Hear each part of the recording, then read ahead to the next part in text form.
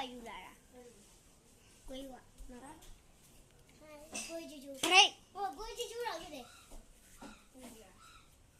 ကိုကြီးကောင်ထုတ်လာ